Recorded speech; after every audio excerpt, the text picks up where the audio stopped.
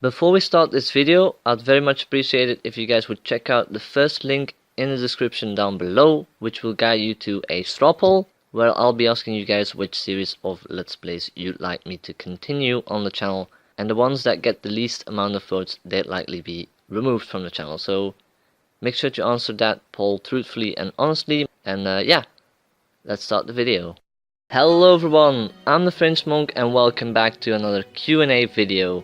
This time we are celebrating the channel's achievement of reaching 800 subscribers. So thank you all so much, and yeah, let's head straight into the questions. No, I'm not really French. I'm actually from Belgium. The reason I'm called the French monk is a little bit of a long story, which I mentioned in the first Q&A video I did on this channel. Shortly put, during my childhood I visited France many a times during the summer holidays, and hence my growing passion for this country, its culture and its language. That combined with a clan for video games made me the French monk. As I'm from Belgium, I do speak French and understand it fluently, even though it's been a while since I last spoke it. If you wish to hear the full story of how I became the French monk, here's the link to the other Q&A video. It should be the last question I answered in that particular video. Easy question, I never really had one. Yeah, I'm a laptop/PC gamer and have been ever since I became a gamer. So yeah, there you have it. Now the funny thing is, in some of my vlogs where I feature Nalou, I've recorded the living room and the desk I play and record games at. I know for a fact that you'll see my sister's setup in the fidget spinner video I made, and well, pretty much my PC setup is just behind hers, so there's not really much to see. But if you guys do want me to show you my PC and pretty much where I sit and yeah, record games, then I'd be happy to do that. So make sure to leave a comment down below if you'd like me to do that. There's been a few moments in open brackets my YouTube career, close brackets, that I deem memorable. One of which was the first time I did a collab with the one and only Mr. Chatman.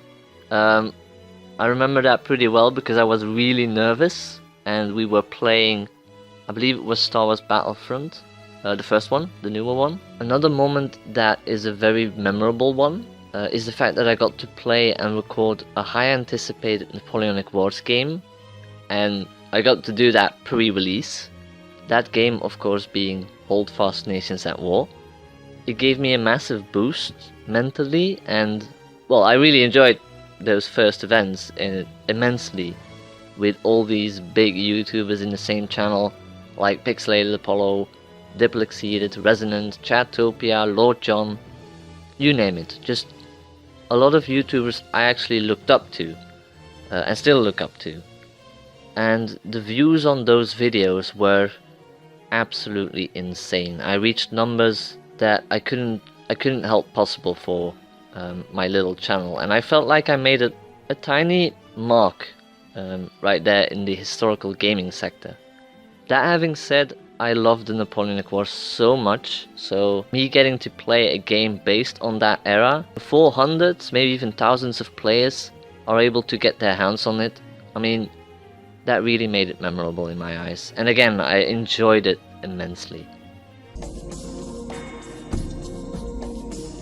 Well, I don't have a job yet. I'm still studying at college, following in the media sector, which is quite fitting as I love doing those things and I love being involved in that world. The exact name of the field of study I follow is Media and Entertainment Business. For those who are interested in looking up that field of study and yeah, are interested in what it's like and what it involves, well, there you have it, Media and Entertainment Business.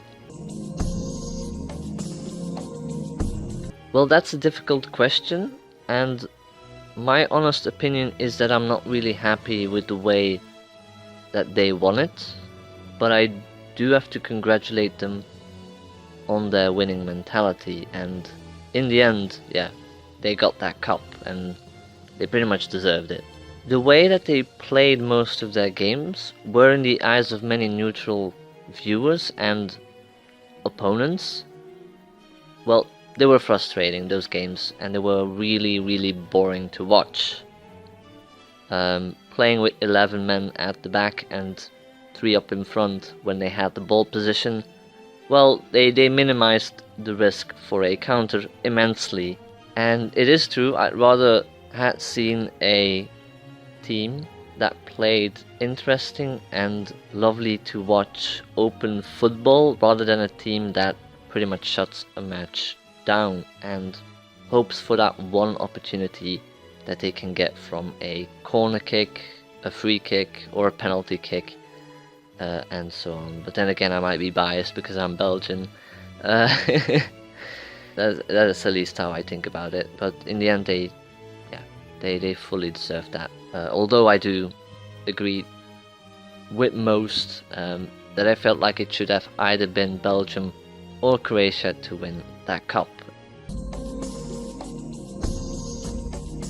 I think the way that it is right now, it's more likely there's going to be a Half-Life 3 release before Bannerlord. Simply because we haven't heard anything from Half-Life 3. It's like, ooh, a random Half-Life 3 appears and then Bannerlord will still be in development. Anyways, that was the last question, and I want to thank all those who have submitted their questions in the previous video. If they haven't gotten an answer to their question, it's either because I've already mentioned those things in the previous one and I can't keep repeating the same questions over and over again, so I'll just direct them towards the other Q&A. Make sure to check it out if you're interested in more questions regarding me, regarding the channel and the games I play, and so on. And I hope you enjoyed watching, and I will see you in the next video. Take care, everyone.